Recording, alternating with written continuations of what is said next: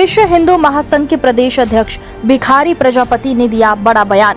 जाति आधारित सेनाओं पर प्रतिबंध लगाना आवश्यक, गौरक्षा के लिए प्राणों की आहुति तक देने के लिए तैयार कार्यकर्ता। सोमवार को विश्व हिंदू महासंघ के प्रदेश अध्यक्ष और प्रदेश सरकार में प्रदूषण नियंत्रण बोर्ड के सदस्य भिखारी प्रजापति एक दिवसीय प्रवास पर झांसी के बरुआ सागर पहुंचे।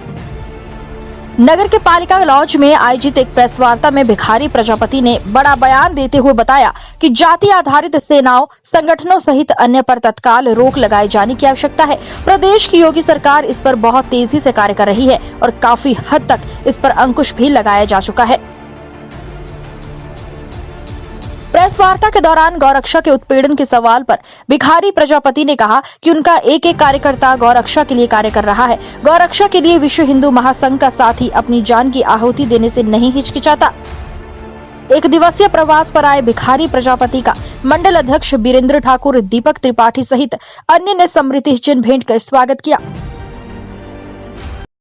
को संपूर्ण उत्तर प्रदेश में विश्व हिंदू महासंघ उत्तर प्रदेश के बैनर तले साप्ताहिक कार्यक्रमों के माध्यम से उस महापुरुष को याद करना। संत रविदास जी का जन्म ऐसे कालखंड में हुआ था जिस समय मुगलों में होड़ा होड़ी लगी थी कि कौन सबसे अधिक हिंदुओं को धर्मांतरित करता है। दूसरी बात, हिंदू समाज जो था जातियों में बुरी तरह से बटा हुआ था। ऐसे समय में उस संत का प्रादुर्भाव हुआ और उन्होंने कर्म को महत्ता दी। उनका कहना था कि निर्मल मन से किया गया कर्म भगवान को प्राप्त होता है और वही हमारी सबसे बड़ी भक्ति है और वही हमारा सबसे बड़ा कर्म है। इसके माध्यम से उन्होंने बृहद हिंदू समाज को धर्मांतरित होने से बचाया और जो जातियां उस कालखंड में दलितों से बहुत घृणा करती थी उनको भी एक विश्वास दिलाया कि किसी जाति में जन्म लेने से कोई महान नहीं बनता, हमारे कर्म महान होने चाहिए।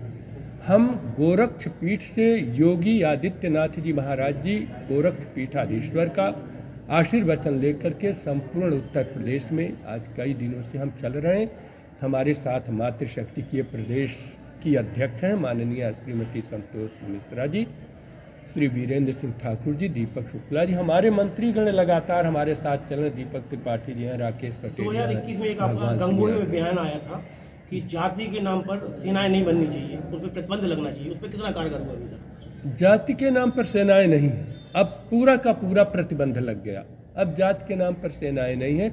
हम लोग इसका पुरजोर विरोध करते हैं। योगी आदित्यनाथ जी महाराज जी का कहना था कि भाई आपको यदि सेना में भर्ती होने का बहुत बड़ा शौक है तो जाति सेना में नहीं, भारत की भारतीय सेना जल सेना में भर्ती हुई, थल सेना में भर्ती हुई, वायु सेना में भर्ती हुई।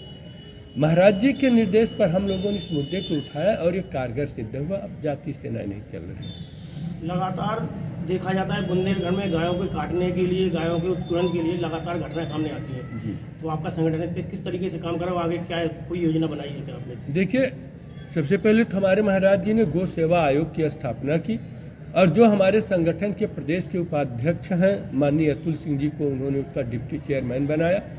वो इस पर देख रेख भी कर रहे हैं और हमारे विश्व हिंदू महासंघ के जो साथी हैं वे अपने प्राणों की बाजी लगा करके इस काम को रोकते हैं और जब तक उनके ऊपर ढेर सारी धाराएं लग जाती हैं और प्राण घातक हमले होते हैं फिर भी हम गोकशी को हम रोक रहे हैं।